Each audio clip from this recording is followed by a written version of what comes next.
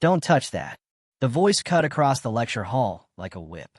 Maya Ellis froze, rag still in hand, eyes snapping toward the front of the room.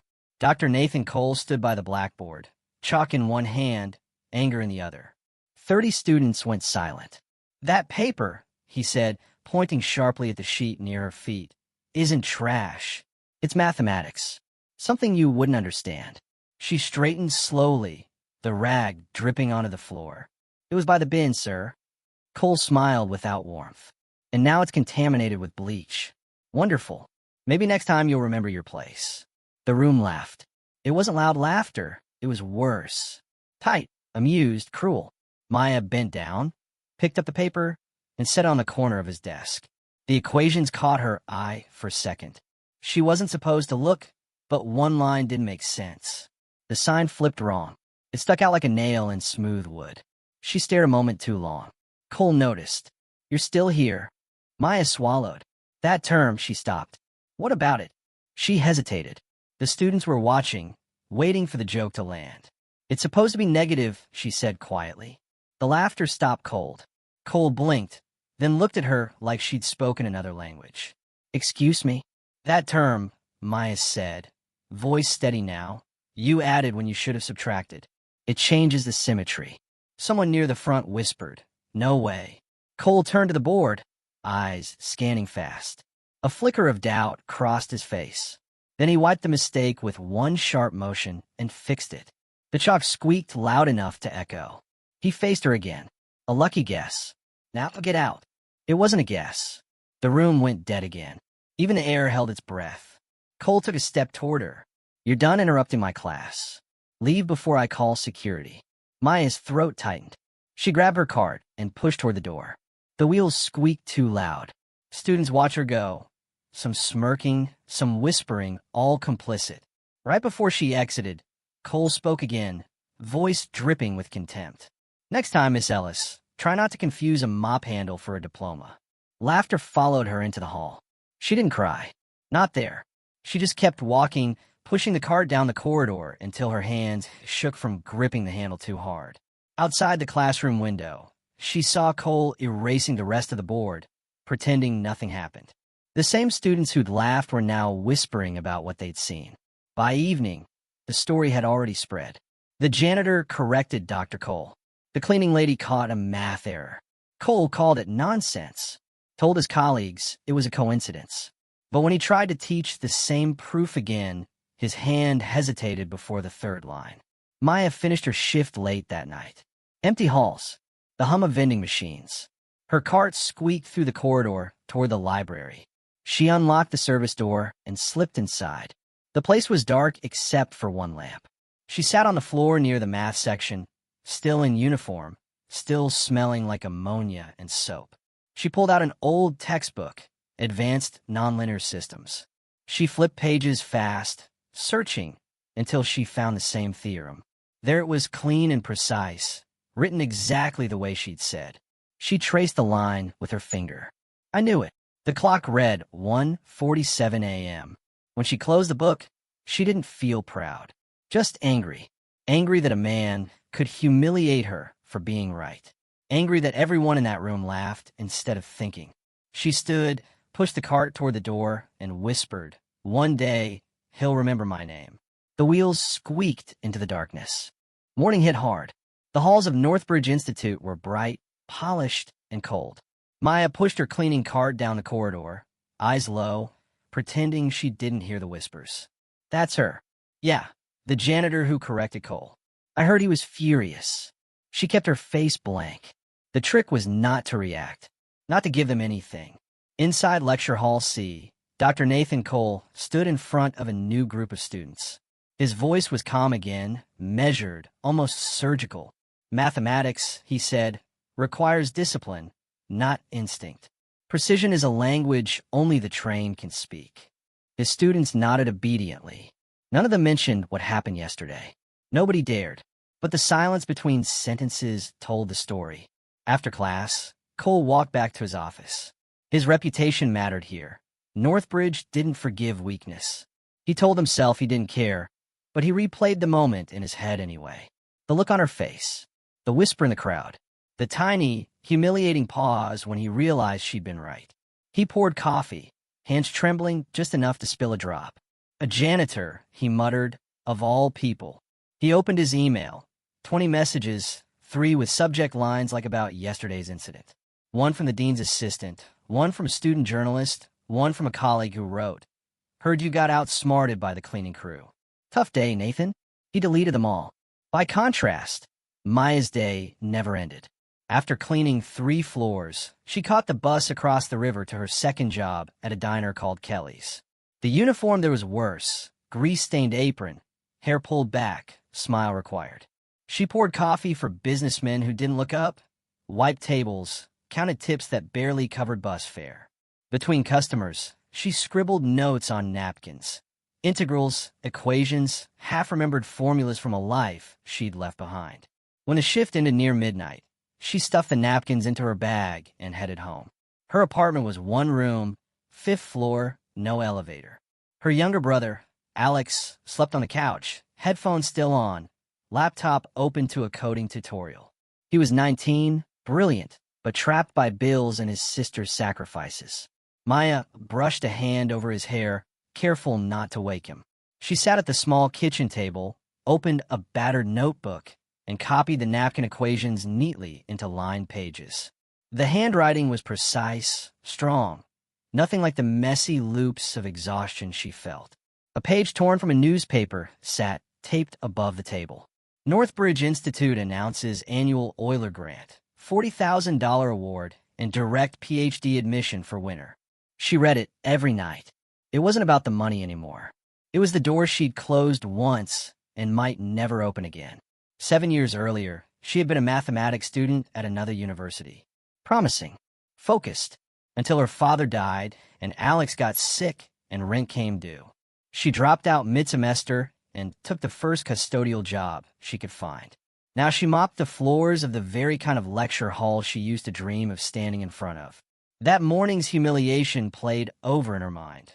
The laughter, the sound of chalk correcting her proof, the smell of disinfectant on her gloves. Cole's voice had cut deep, not because he was cruel, but because he was certain she didn't belong. At 2 a.m., she closed the notebook. Her hands smelled of bleach and ink. She leaned back in the chair, eyes on the ceiling. "He's wrong," she whispered. Not loud, just enough to make it real. The next day, the rumor was still alive, but something changed. A few students smiled at her when she passed. Not mocking, curious. Someone left a folded note on her card. "Was it really you?" She didn't answer. At the same time, Dr. Cole was summoned to a faculty meeting. The dean, a sharp-eyed woman in her 60s, didn't bother with pleasantries. "We've had some publicity," she said. "A video of yesterday's incident is circulating. You might want to handle it before the narrative grows." Cole clenched his jaw. A viral clip of a janitor interrupting class hardly qualifies as publicity. Apparently, she was right, the dean replied. That's the problem. People like stories that make institutions look arrogant. Cole left the meeting without replying. But by the time he reached his office, the clip was already online. Shaky phone footage showing a cleaning woman pointing at his blackboard, then the correction. 10 seconds long. 1 million views. Comments poured in. "She's brilliant. He's an ass. That's real intelligence." Cole shut his laptop and sat in silence. Meanwhile, Maya kept her head down. She didn't want fame. She just wanted out of this cycle. Work, debt, exhaustion, invisibility. But the campus had changed. People noticed her now. Even the night security guards nodded when she passed. Still, when she walked past Cole's classroom again a week later, she felt the weight of his stare through the door window. He hadn't forgotten. Neither had she. The next move would be his. And it was coming soon. The auditorium was packed. Students filled every seat, waiting for the big announcement. Northbridge Institute's annual Euler Grant. Maya had no reason to be there. She was supposed to be cleaning the physics wing 2 floors down, but the noise drew her in. She parked her cart by the back door and slipped inside quietly. On stage, Dr. Nathan Cole stood at the podium, microphone in hand, smile sharp and rehearsed. "Each year," he began, "the Euler Grant recognizes the brightest mathematical minds in the country. $40,000 and direct admission to our doctoral program. A chance to prove who truly belongs in the academic world. Applause. Cameras flashing. Cole thrived in this setting. Spotlight, authority, respect. No one would dare question him here. He continued. Registration opens today. Candidates must solve a set of qualifying problems. Only the most disciplined minds will advance. Mathematics, as you know, isn't about luck or intuition. It's about structure, rigor, and proper education. Maya's hands tightened on the card handle. She could hear the message under his words. Someone raised a hand from the audience. Professor Cole, is the competition open to everyone at Northbridge? Even staff? The question got a few laughs. Cole didn't flinch. Technically, yes. But let's be realistic. Advanced mathematics takes years of formal training. I'd hate to see someone embarrass themselves. The laughter grew louder. His gaze swept the crowd, sharp and deliberate, landing on the woman standing by the exit in a gray custodial uniform. Maya met his eyes and didn't look away. He smiled like a man setting a trap. But of course, he added, if anyone feels brave, they're welcome to try. The challenge hung in the air. Students whispered. Phones came out. Someone muttered, that's her. The janitor. Maya turned to leave. She didn't want to give him the satisfaction. But then Cole's voice cut through the chatter again. Why don't we demonstrate the level of difficulty just to set expectations? He turned to the board and wrote a dense calculus integral, filling the surface with tangled trigonometric terms. A simple warm-up problem, he said. Anyone unable to solve this should probably sit out the real thing. Students bent over notebooks. Pens scratched. Calculators clicked. The room filled with quiet tension. Maya watched. The problem looked complicated, but she saw the symmetry instantly, the kind of hidden balance that made the math beautiful. 5 minutes later, Cole started calling on students for answers. Most gave long, messy computations. He nodded politely. Good effort, he said to one. Close, to another. Then he reached for the eraser. This, ladies and gentlemen, is the minimum standard of mathematical maturity we expect. Wait, Maya said. Her voice carried farther than she meant. Heads turned. Cole paused. Yes, Miss Ellis. There's a faster way, she said. If you use the symmetry of the function, half of that cancels out. You don't need all those steps. The room went still. Cole's hand froze on the eraser. You think you could do it better? Maya nodded once. Yes. He stepped aside, mock courtesy in every move. Then by all means. Maya walked to the board, heart pounding, but her hand didn't shake when she picked up the chalk. She started writing, line by line, simplifying, folding the function back on itself until it collapsed cleanly into a short, elegant solution. No wasted steps. No tricks. Just truth. The same answer, she said, stepping back. Half the work. For a moment, no one moved. Then scattered applause broke out before dying under Cole's stare. He gave a tight smile. Clever. Though elegance is no substitute for real understanding. Maya didn't respond. She wiped the chalk from her hands and turned to leave. Before she reached the door, Cole called after her, voice smooth but sharp. Miss Ellis. She stopped. I'll look forward to your registration form, he said, if you're still feeling confident. The students laughed again. Maya didn't answer. She just looked at him, one long, calm look that made the laughter falter, and then walked out. Outside, her hands were shaking. She pressed them against the cold wall until they stopped. Her phone buzzed. A message from Alex. You okay? She stared at the screen for a long moment before typing back. Yeah, just signed up for something stupid. She hit send, then whispered, let's see how stupid. The next morning, the registration sheet sat on the board outside the math office. 10 names. 9 students, 1 custodian. Maya Ellis, handwritten in black pen. The hallway buzzed with noise when people saw it. She actually signed up. This can't be real. Cole's gonna destroy her. Maya ignored the stares and kept moving. She'd been laughed at before. This was nothing new. By noon, she was back in the same lecture hall where everything started. The air smelled like disinfectant and fear. Students whispered. Phones recorded. Dr. Nathan Cole stood at the front, sleeves rolled, chalk ready. The smile on his face wasn't friendly. It was surgical. "Ladies and gentlemen," he began, "before we begin official qualification, I thought it might be useful to give our broader community a sense of what this competition entails." He looked straight at Maya. "Mathematics," he said, "isn't about guesswork. It's about understanding, rigor, structure, the kind of discipline that can't be faked with intuition." Someone laughed quietly in the back. Cole turned to the board and began writing again. Fast, complex. A monster of an equation took shape.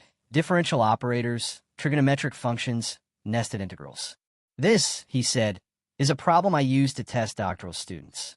It requires deep knowledge of analysis and vector calculus. Anyone who claims to see the answer at a glance is probably seeing things." He dropped the chalk and stepped back. "Any volunteers?" Silence. He waited, scanning faces. Then Maya spoke. "May I?" Gasps. A student muttered, "She's insane." Cole gestured to the board with exaggerated politeness. "Be my guest." Maya walked forward slowly, every eye tracking her. She picked up a clean piece of chalk and studied the wall of symbols. It was ugly math, the kind designed to intimidate. But beneath it, she saw patterns, repetition, symmetry, cancellation waiting to happen. She started writing. Not fast, not showy, clean, deliberate strokes. One term simplified, another collapsed. The room went silent, except for the sound of chalk. After a minute, a shape emerged, a mirrored form, halves canceling perfectly. She circled a step, rewrote the final line, and set down the chalk. "The function's even," she said simply. "You can fold it. The rest cancels. That's why your third term disappears." Cole's mouth tightened. "And your final answer?" She pointed. "Zero." The room froze. Then someone in the back said, "Wait, she's right." Murmurs spread. A few students checked on laptops, nodding slowly. Cole walked to the board, scanning. The steps were correct. Too correct. He forced a laugh. "Well, apparently even simple symmetry can look impressive to the untrained eye." Dr. Elena Navarro, visiting from Stanford, spoke up from the side row. "Actually, that was elegant." Cole's face twitched. "Dr. Navarro, always a pleasure. Though I think we can agree elegance doesn't equal depth." Elena smiled faintly. "True, but sometimes it's the shortest line that shows the deepest understanding." The crowd reacted, half laughter, half shock. Maya didn't move. She looked straight at Cole. "You want a demonstration," she said. "Now you have one." She turned to leave, but Cole's voice followed. "One problem doesn't make you a mathematician, Miss Ellis. This isn't a game." She paused at the door. "Neither is respect." The words hit harder than chalk on board. Cole stood frozen as she left. Within an hour, the clip hit the student forum. The janitor did it again. She beat him twice. Hashtag cleaner versus professor trended on campus. Cole spent the evening staring at his inbox. The dean had already sent another message. "Handle this quietly. We can't afford bad press." He slammed his laptop shut. Across campus, Maya sat on the floor of the library again, knees pulled to her chest, staring at the Euler Grant poster pinned to the wall. $40,000. A PhD slot. A chance to finally matter. Her phone buzzed. A message from Alex. "You really signed up for that thing?" "Yeah." "You serious?" "Completely." She typed one more line, then stopped, stared at the blinking cursor, and deleted it. Instead, she whispered to herself, "Let him underestimate me again." The janitor had drawn blood. The professor just hadn't realized it yet. By Friday morning, the qualifying round felt more like a public trial than a competition. The conference room on the third floor of Northbridge's mathematics building had been turned into an arena. 12 chairs, 12 whiteboards, 12 sets of markers lined up in 2 neat rows. And in the middle, Dr. Nathan Cole, clipboard in hand, ready to watch her fail. Maya arrived 10 minutes early. She wore the same Navy work uniform she cleaned classrooms in. No makeup, no pretense. The other contestants wore suits, glasses, watches that cost more than her rent. When she entered, conversation stopped. "That's her," someone whispered. "The janitor." Cole didn't look up from his papers.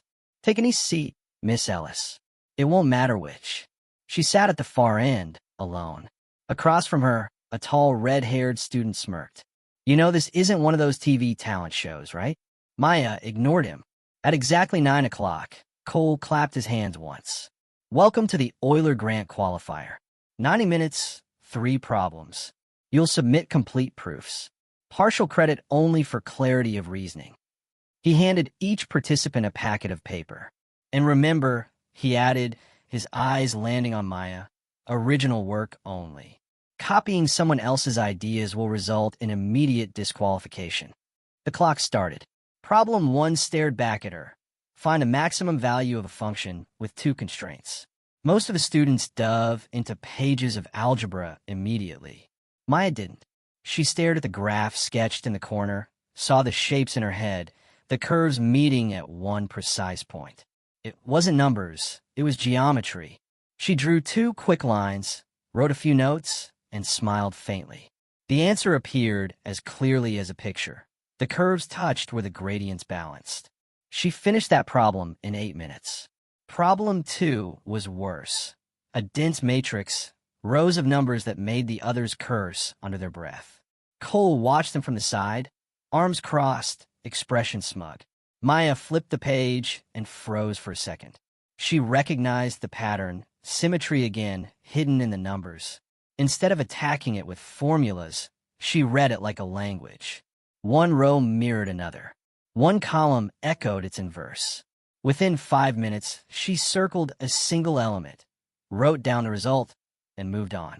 Around her, pens scratched and markers squeaked. The other contestants were sweating, muttering, checking notes. By the time she reached problem 3, she knew Cole had designed it personally. The title read, Infinite Series and Convergence Behavior. A classic trap. Long, complicated, time-draining. Maya leaned back, took a breath, and remembered an old book she once studied in the library, Euler's Own Methods.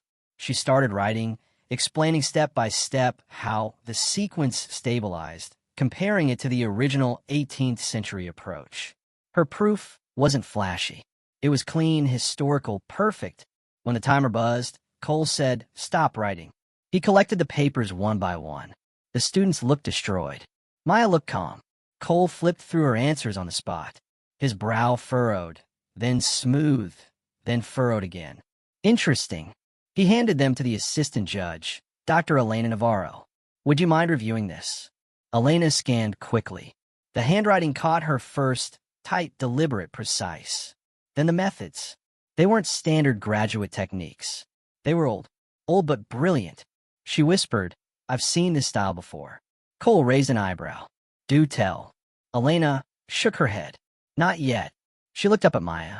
"How long have you studied mathematics, Miss Ellis?" Maya hesitated. "Long enough to know what I'm doing." Cole smiled thinly. "Or long enough to fake it." He turned back to the room. "Results will be posted in the lobby at 5 p.m. That'll be all." The contestants filed out. The tall, red-haired guy muttered. She didn't even bring a calculator. Maya said nothing. At 4:59, the hallway was packed. Dozens of students crowded around the bulletin board as Cole and his assistant taped the score sheet. Names scrolled down the page. Ranked, numbered. Maya Ellis. Derek Shaw. Lena Patel.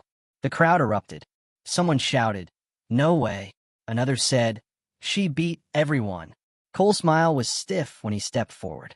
"All right, congratulations to our qualifiers. The semifinal round begins tomorrow. Be prepared for something more challenging." He turned, leaving the hallway in silence. Elena stayed behind. She approached Maya quietly. "That solution to problem 3. Where did you learn that?" Maya met her eyes. "Books. Lots of them." Elena nodded slowly. "If you ever had formal training, you should tell me." "I don't," Maya said. "Not anymore." Elena studied her for a long second. "You should." Maya didn't reply. She just looked at her name at the top of the list. The first time in years she'd seen proof, literal proof, that she belonged in that building.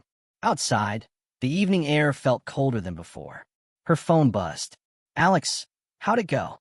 "Me, qualified." "Alex, holy shit. You serious?" "Me, yeah. He's not gonna like it."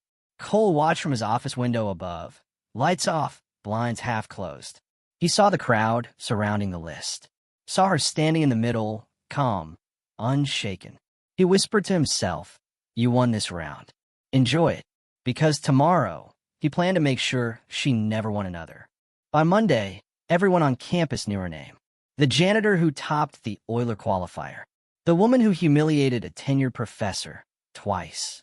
Maya Ellis couldn't walk through the hallway without hearing whispers. Is she actually smart or just lucky? Cole must be losing his mind. She's probably cheating somehow. She didn't react. She cleaned the floors, emptied the bins, smiled at no one.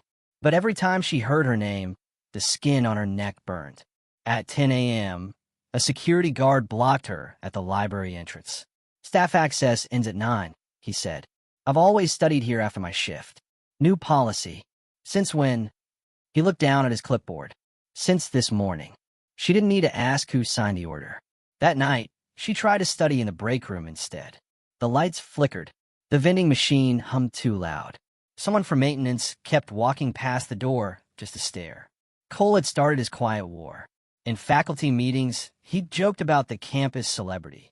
She's giving you a good PR boost, a colleague said. Cole smiled thinly. Until she embarrasses herself in the semifinals. He spent hours at home rewriting the next exam, making sure it was designed for formal training only. It wouldn't test creativity. It would test whether you had years of theory drilled into your bones. Let's see you fake that, he thought. Across town, Maya sat at her tiny apartment with her notebook open and her hands shaking from exhaustion. She hadn't slept more than 4 hours in 3 days. Between cleaning shifts, she was teaching herself graduate-level analysis from borrowed textbooks. Alex came out of the bathroom, towel around his shoulders. You're still at it? I have to be. You already passed the first round. Isn't that enough? She looked up, tired but steady. He's not going to stop until I beat him in public. Then I'll be done. Alex frowned. You don't have to prove anything to him. I'm not proving it to him. She tapped the notebook. I'm proving it to myself. At the same time, in a hotel across campus, Dr. Elena Navarro couldn't sleep either. She had spent the night rereading the scanned copies of Maya's solutions. Her methods, concise, classical, elegant, felt like déjà vu. The notation style, even the way she labeled each step, was identical to a student Elena had once supervised years ago. A woman who vanished halfway through her master's thesis, leaving only a note about family illness. She pulled up an old folder from her laptop. Thesis, partial draft. The handwriting matched exactly. She whispered, it can't be. The next morning, Elena found Maya in the corridor near the staff lockers. You got a second? Sure, Maya said, lowering her mop handle. Elena lowered her voice. Did you study at Easton University before you came here? Maya froze. Why? I had a student once. Same problem-solving style. Same precision. Maya shook her head. I've never been there. Elena held her gaze. If you're hiding something, I'm not here to expose it. I'm trying to understand it. There's nothing to understand, Maya said. I clean floors. I read books. That's it. Elena didn't push further. Fine. But for what it's worth, you don't owe anyone an explanation for being brilliant. Maya almost smiled. Tell that to him. Cole's next move came fast. A formal notice appeared in her locker. Unauthorized use of academic resources after hours. Disciplinary review pending. She stared at the paper, jaw tight. He was trying to break her before the semifinals. That evening, she marched straight to his office. The lights were on.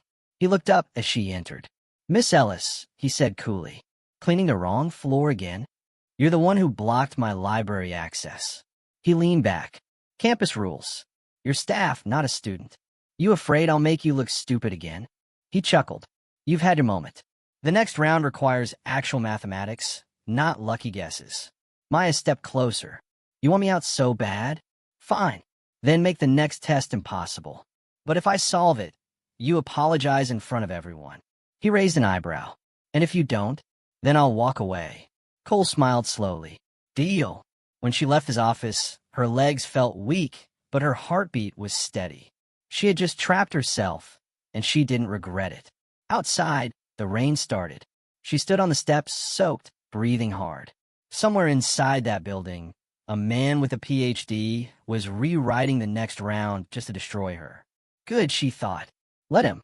The more impossible he made it, the sweeter it would be to solve. Saturday morning. The main auditorium looked like a courtroom waiting for a verdict. 6 contestants remained. 3 men in suits, 2 women in blazers, and 1 janitor in a faded work uniform. Maya Ellis walked in last. Cameras were already set up. The university had decided to live stream the semi-final for transparency.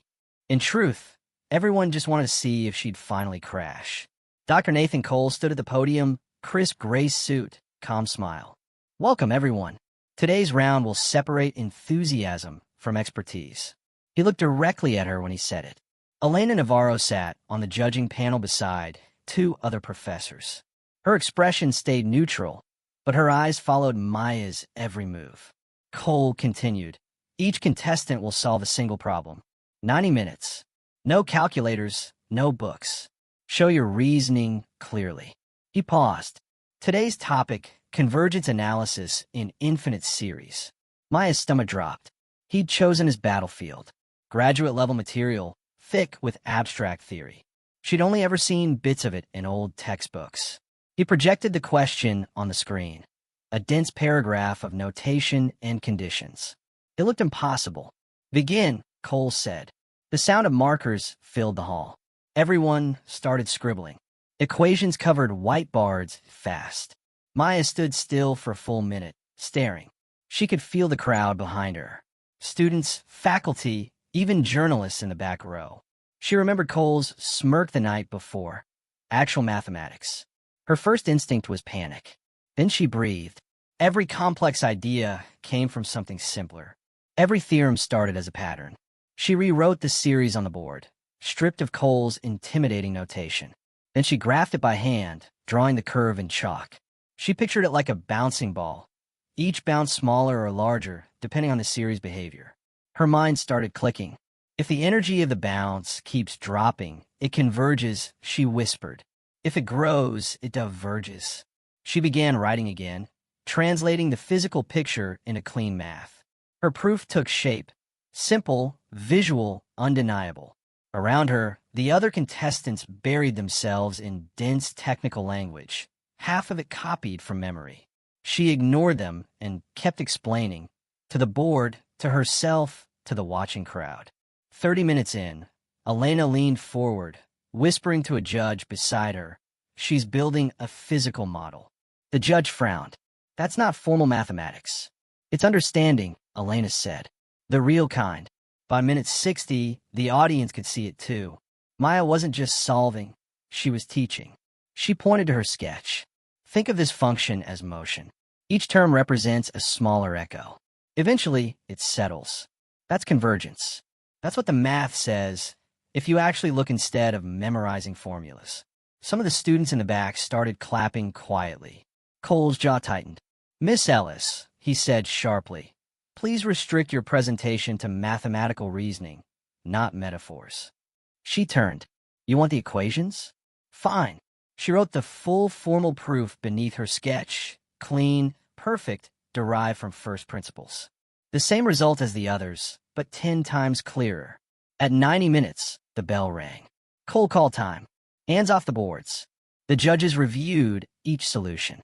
One by one, the students explained their pages of technical jargon. Long, mechanical, precise, but lifeless. When it was Maya's turn, Elena stood. "Miss Ellis, could you summarize your reasoning for the audience?" Maya nodded. Most of the others approached this with memorized theorems. I don't have those. So I asked what the series means, not what the formula says. Once I saw its behavior, the math followed. Her voice was calm. No arrogance, no apology. Elena smiled. "Thank you. That's what understanding looks like." The applause this time was louder. Even the cameraman clapped. Cole's smile didn't reach his eyes. "Well done," he said through his teeth. "You've simplified a graduate concept for the general public. Congratulations." She looked right at him. "Funny. Isn't that what teaching is?" The audience laughed, sharp and real. An hour later, the results were posted on screen. Finalists: Maya Ellis, Derek Shaw, Lena Patel. Cole stared at the list like it had insulted him. The auditorium roared. Outside, reporters gathered near the doors. Microphones, flashes, questions all at once. Miss Ellis, how does it feel to be trained PhD candidates? What's next for you? She pushed past them, head down. I just solved the problem. That's all. But the world didn't see it that way. Within hours, her name trended online. Hashtag Maya Ellis Genius replaced hashtag Cleaner versus Professor. Cole watched from his office again, alone. The light from his monitor lit half his face. The other half was shadow. He opened a new document labeled Final Problem, Euler Championship. If she wanted a war, he'd give her one. The campus was quiet that night, the kind of silence that felt staged, too calm before a storm. Tomorrow was the final round of the Euler Grant. 3 names left on the list. One of them didn't belong, at least according to everyone who mattered. Maya Ellis sat alone in the library service corridor, knees pulled to her chest, back against the cold concrete wall. The building was closed to the public now. Cole's security order made sure of it. But she still had a janitor's key. Her cleaning cart sat nearby, mop handle leaning against a shelf of textbooks. On her lap was a notebook filled with equations, sketches, half-erased thoughts. Pages worn thin from overuse. Every line was a fight. Every note written between shifts.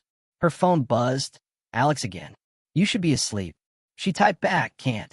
Big day. He replied, I'm proud of you. Doesn't matter what happens tomorrow.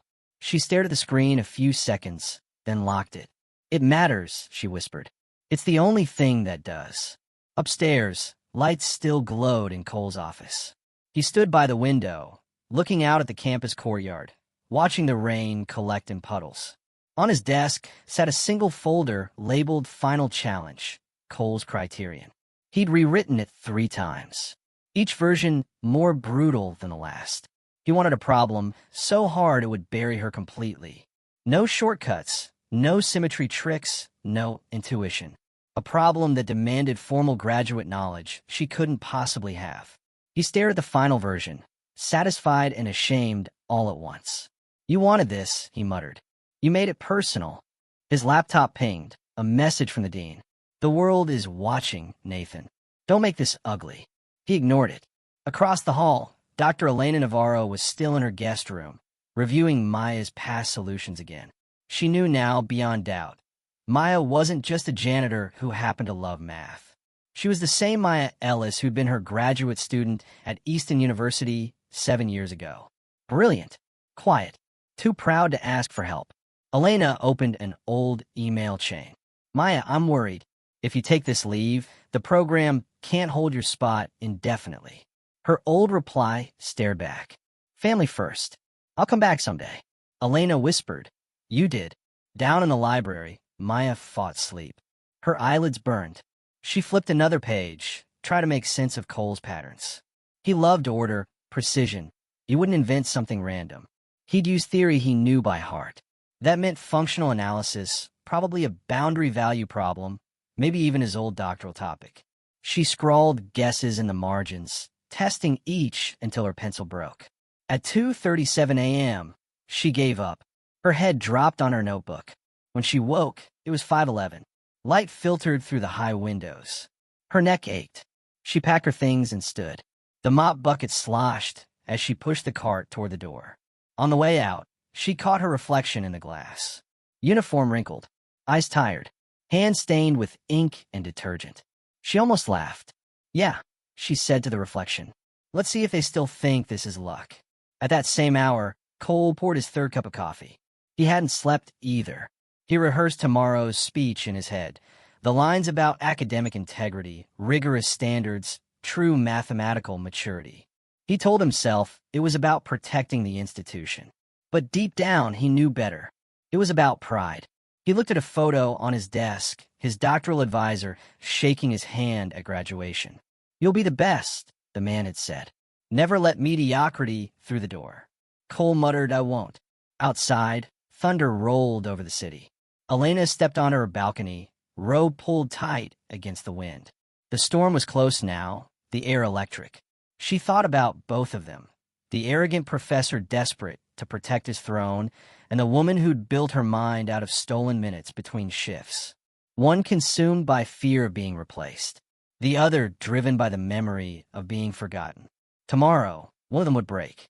In her hotel room, Elena drafted a note she wasn't sure she'd ever send.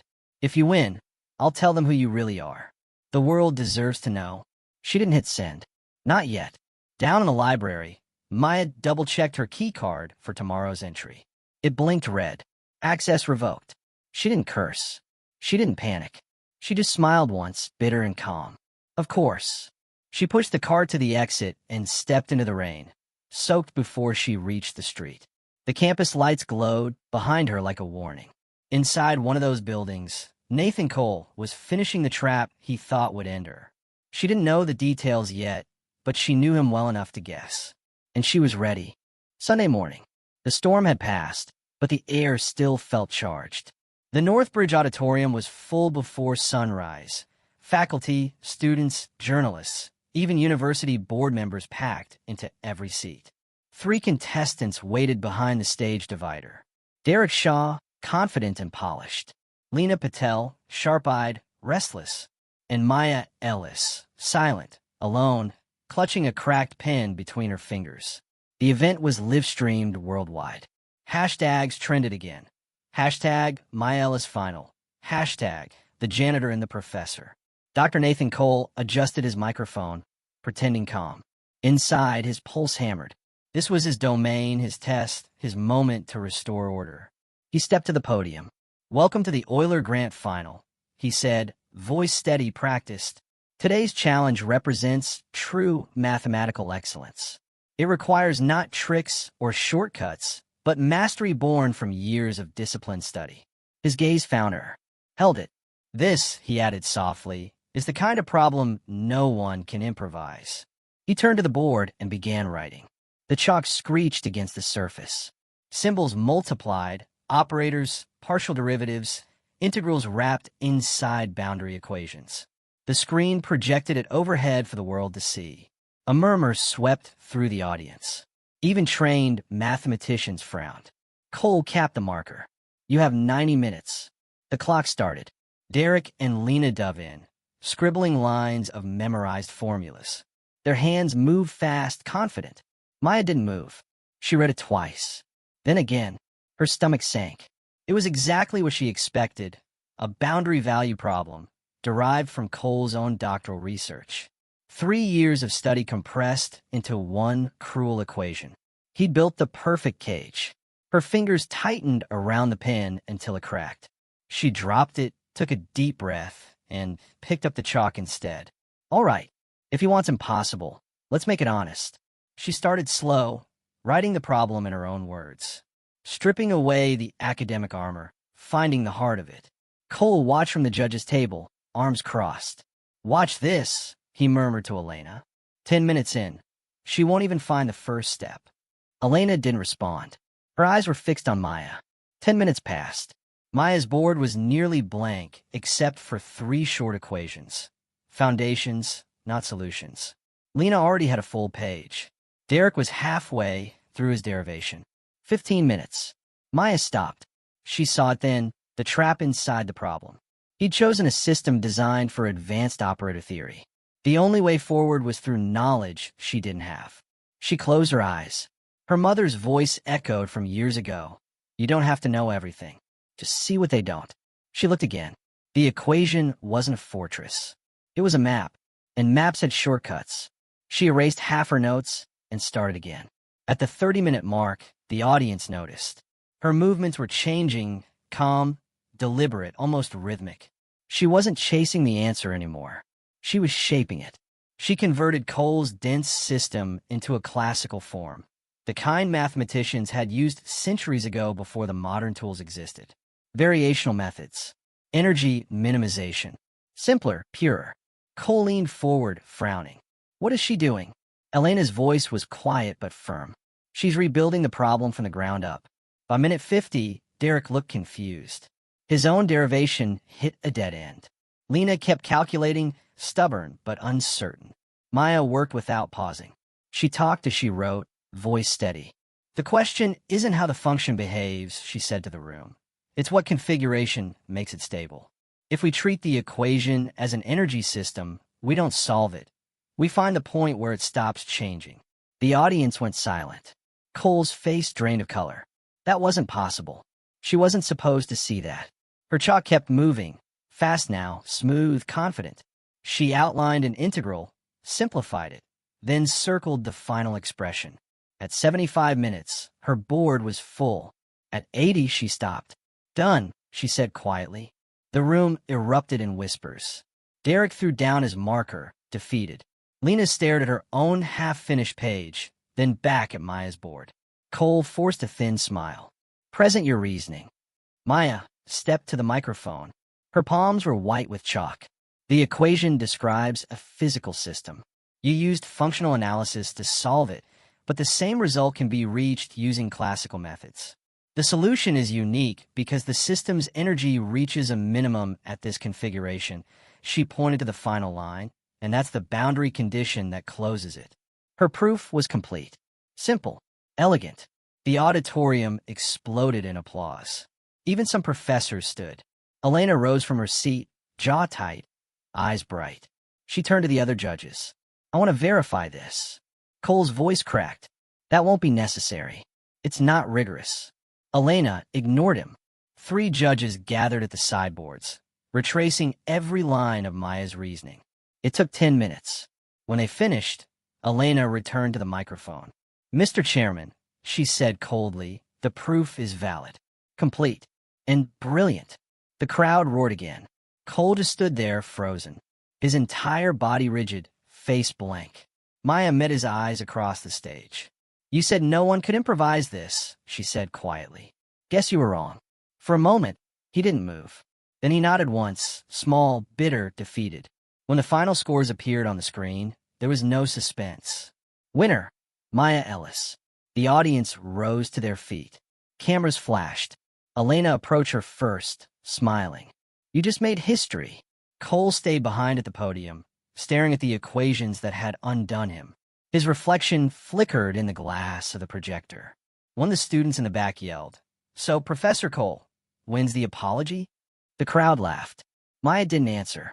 She just stepped down from the stage, slow, steady, every step heavier than the last. Outside, the sunlight hit her face. For the first time in years, she felt weightless. Behind her, Cole's voice echoed faintly through the speakers. Ladies and gentlemen, our new champion. The applause followed her out the door. The storm broke for good that afternoon.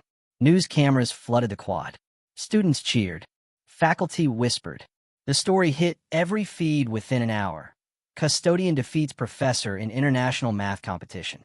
Maya Ellis didn't stay for interviews.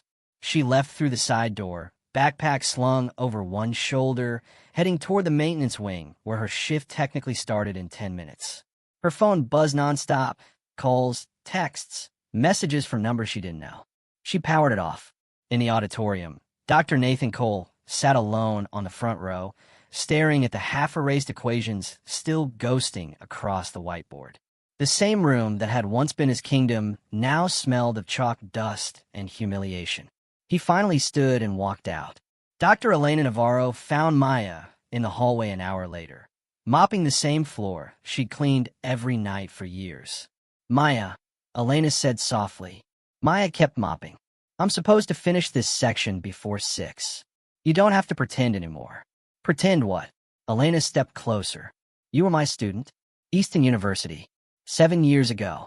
You disappeared after your mother got sick. The mop stopped moving. Elena continued. You passed every exam. You published 2 papers before you turned 24. You were the most gifted mathematician I ever taught. Maya looked down. That was another life. No, Elena said. It's this one. You didn't lose it. You built it from scratch again. Maya leaned on the mop handle, breathing slow. I dropped out. My mom needed care. I needed money. End of story. Elena shook her head. You turned janitorial work into research time. You taught yourself graduate theory in between cleaning classrooms. You don't know how rare that is. Maya's voice was flat. It's not rare. It's just desperate. They stood there a moment in silence, the sound of the air vents humming above them. Elena finally said, The administration will want to meet you. MIT, Stanford, they're already calling. I'm going to tell them who you are. Don't, Maya, don't, she repeated, sharper this time. Let them see me for what I am now, not what I was. Elena studied her face. Then at least let them offer you what you deserve. Maya didn't answer. She just nodded once, like a soldier accepting orders she didn't believe in. By evening, Northbridge's PR office released an official statement calling her a testament to the human spirit. Alumni donors promised scholarships for underrepresented talent. The board congratulated itself for discovering brilliance in unexpected places. None of them mentioned how hard they tried to stop her. Nathan Cole didn't attend the press conference. He waited until the building emptied, then walked to the same chalkboard she'd used that morning. The equations she'd written, simple, clean, perfect, were still faintly visible. He traced one with his fingertip. For the first time, he saw the beauty she'd seen. Not competition. Truth. The sound of footsteps made him turn. Maya stood at the doorway, hair still damp from the rain. "You left your microphone on," she said. He almost smiled. "You came back. I needed to clean up." "Of course." She stepped closer, eyes calm. "You made it personal," she said. "I know. You tried to humiliate me." "I did." "Why?" Cole hesitated, then said quietly, "Because you reminded me of what I used to be before I started pretending to be smarter than everyone else." She studied him. "And now I just feel small." Maya looked at the half-clean board. "That's where learning starts." He laughed once, short, bitter. "You won. You could destroy me right now. Every news outlet wants a quote. I'm not here for revenge." He nodded slowly.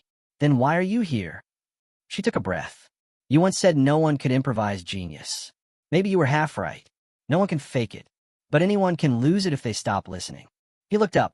"And you wanted to listen?" She met his eyes. Yes. They stood there in silence.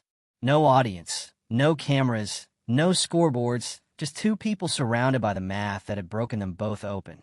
After a long pause, Cole said quietly, "The marriage bet. I made that as a joke. A cruel one. I know." He swallowed. "If I asked you to dinner instead, no jokes, no arrogance, what would you say?" Maya hesitated. The air between them felt lighter than it should have. "I'd say I'm busy tomorrow night," she said. "But maybe the next one." Cole smiled for real this time. "I'll take that." When she left, Elena was waiting by the stairwell. "He's not worth your forgiveness," Elena said. Maya replied, "Maybe not, but it's worth giving anyway." 6 months later, Northbridge's website published a press release. Dr. Maya Ellis joins the mathematics department as visiting researcher. Below it, Professor Nathan Cole announces new scholarship for overlooked academic talent. Students call them the most unexpected duo in academia. But off the record, they called each other something simpler: partners. The final lecture of the semester ended with Maya writing one last line on the board, the same way she had the first day she challenged him. "Intelligence doesn't ask permission."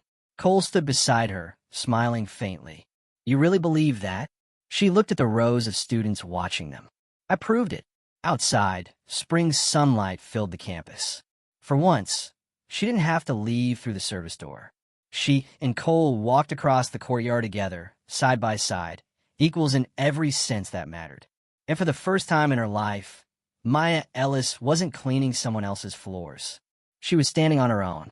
6 months later, the video of Maya Ellis solving that final problem had crossed 12 million views. The clip wasn't just viral. It became a lecture tool in classrooms across the world. Professors paused the footage right before her final line, asking students to guess the next step, only to reveal how a janitor had outthought a tenured mathematician. People called it the Ellis proof. Maya didn't like the name. She told Elena once, "It wasn't about proving I'm smarter. It was about proving I exist." Elena had smiled. That's what every real theorem does. Her life changed, but not in the ways people imagined. She didn't buy new clothes, didn't move apartments, still carried her old mop handle in the maintenance closet, out of habit more than memory. But her badge was different now. It said, Dr. Maya Ellis, visiting researcher. Students lined up after her lectures, asking how she did it. She always gave the same answer: by not waiting for permission to learn. Nathan Cole sat beside her at every departmental meeting now, quieter, humbler. When reporters asked about the rivalry, he refused the narrative. "It was never a rivalry," he said. She taught me more about mathematics than any institution ever did. They started publishing together, joint research, equal authorship. One paper explored mathematical cognition beyond formal education. It ended with a single line that scholars quoted everywhere. Genius isn't rare. Access is. Outside academia, the story spread wider. Universities began opening Ellis Fellowships for staff with hidden academic potential: janitors, cafeteria workers, security guards. Applications poured in. Some failed. Some succeeded. All of them tried. One night, after a faculty dinner, Cole walked Maya home through the empty quad. The same steps she used to mop every morning now gleamed under the lamplight. He said quietly, "Do you ever think about that first day? The classroom." "Yeah, when I told you to leave." She nodded. "You made me see what the world really thinks of people like me." He stopped walking. "And you still forgave me." She looked up at him. "No, I just moved past you faster than you could keep up." He laughed, soft, genuine. "I deserve that." They reached the math building entrance. Cole hesitated.